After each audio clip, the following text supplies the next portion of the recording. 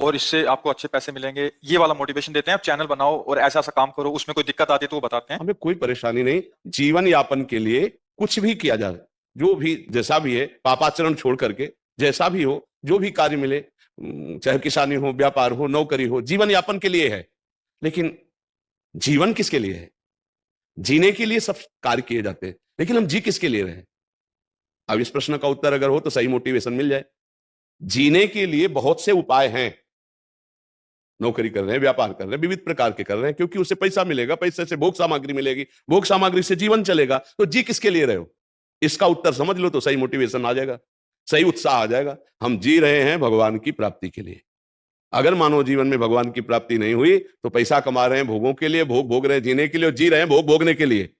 फिर इसके बाद मृत्यु, फिर यही सब लीलाएं पशु पक्षी भी कर रहे हैं। बार बार जन्म, बार बार मरण, बार बार माँ के गर्भ में जाना। आज इस बार तो मानुषिक माँ मिली है, अगली बार कौन सी माँ मिले?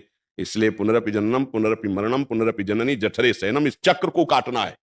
और इस चक्र को काटने का उत्साह भगवान की शरण में। यूट्यूब कोई अविनाशी या स्थायी दाता नहीं है। जिस दिन बंद हुआ तो डिप्रेशन में पहुंच जाओगे, नहीं पहुंचोगे तो सही मोटिवेशन नहीं हुआ। साथ में ऐसा भी मोटिवेशन होना चाहिए कि कल यूट्यूब बंद हो जाए तो आप, फिर आप में वो क्षमता होनी चाहिए कि आपके पास और भी मार्ग है, आपको निराश नहीं हो। कुमार जी आगे पूछ भी रहे हैं, बहुत लोग तो सफल हो रहे हैं, इसमें लाखों कमा रहे हैं, लेकिन वो बट कुछ काफी वो असफल हो जाते हैं। सफलता भी अस्थाई है, स्थायी नहीं है। कह रहे हैं काफी असफल हो जाते हैं, उसका पुण्य का काम, ये पुण्य हो रहा है मेरा है, पाप हो रहा है, मैं तो उनको मोटिवेट कर रहा हूँ। मुझे तो समझ नहीं आ रहा क्या। पुण्य और पाप तो शास्त्र आज्ञा का पालन करने से पुण्य होता है, शास्त्र विरुद्ध आचरण करने से पाप होता है।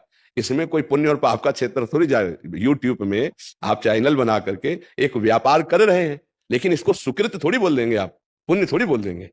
मान लो खेती हो रही तो कोई पुण्य थोड़ी हो रहा है। खेती से जो अन्न पैदा हुआ मेहनत से, वो जो आप दूसरे को पवा रहे हो, जिससे कोई संबंध नहीं है, भूखा है, अब ये पुण्य बात हुई।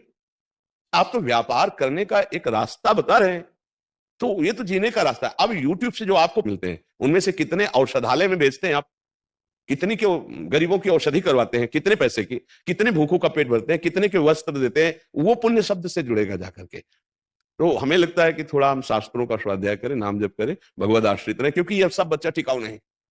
न यहाँ विश्व का कोई पद टिकाऊ है, न कोई संपत्ति टिकाऊ है, कुछ टिकाऊ नहीं है। यहाँ परिवर्तनशील नाशवान है। बढ़ाइए उत्साह, नौजवानों को प्रेरित कीजिए, पर साथ में इतना भी तुमको ज्ञान हो और उनको ज्ञान हो कि कमाना बुरा नहीं है, कमाओ, लेकिन उनका धर्म में प्रयोग करो और शास्त्र स्वाध्याय करके आध्यात्मिक बनो, जिससे तुम हर कष्ट को सह सको। हाँ, एक बार चक्रवर्ती सम्राट पद पर हस्तिनापुर के राजा बने युधिष्ठिर जी। अगला कदम आता है कि 13 वर्ष का वनवास, 1 वर्ष का अज्ञातवास, इसके बाद फिर ये क्रम चक्र चलता है। ऐसा नहीं कि आज 5 लाख आप कमा रहे हो तो सदैव आप ऐसे ही चलोगे या ऐसे सुखी रहोगे। ये कोई सच्चिदानंद अविनाशी नहीं है यूट्यूब, या कोई भी मार्ग अविनाशी नहीं। मुझे लगता है परम विश्राम और शांति के लिए, ये व्यवहार के लिए करो, लेकिन अध्यात्म का ज्ञान और भगवान का आश्रय भजन जरूर होना चाहिए। नहीं, उसके बिना आपकी सोच आपको परेशान कर देगी। संतोष उसी को होता है जिसके पास नाम है, भगवान का भरोसा है। चैन से जीने के लिए एक रास्ता है, भगवान का आश्रय, नाम जप और सत्संग। इससे आपका ज्ञान विकास को प्राप्त होगा। नहीं, हम बहुतों को पराजित और रोते हुए देखा है। जीते मार उछल गए और हारे तो रो दिए। अब उनको कौन रोक पाएगा जो हार का कष्ट सहा जा रहा है, बराबर कोई जीत हो ऐसा। हमें लगता है ऐसी कला सीखनी चाहिए कि जीत में उछलो मत और हार में रो मत। हारे हैं तो हम जो त्रुटि है उसको समझेंगे और अगली बार जीतेंगे, और जीते हैं तो भगवान की कृपा, इसलिए ज्यादा फूलने की जरूरत नहीं है, क्योंकि हार भी आगे खड़ी है। दिन है तो रात आएगा, रात है तो दिन आएगी। ऐसी हमारे अंदर आध्यात्मिक शक्ति जागृत हो जाए जिसका नाम समता है। अगर समता नहीं तो फिर कोई मोटिवेशन रोक नहीं सकता, तुम्हें परेशान होना पड़ेगा। संसारिकता आपके विश्राम के लिए योग्य नहीं है। मन को कोई भी संसारिकता कभी विश्राम नहीं दे सकती। महाराज पुररवा को उर्वशी जी मिली थी, फिर भी उनकी तृप्ति नहीं हुई थी। उनकी जो दशा वर्णन की गई, वो पागल से घूम रहे थे। बाद में भगवान की कृपा से उनकी फिर बुद्धि शुद्ध हुई। महाराज पुररवा ये बहुत बड़े चक्रवर्ती सम्राट थे, उन्होंने अपने अनुभव लिखे। चाहे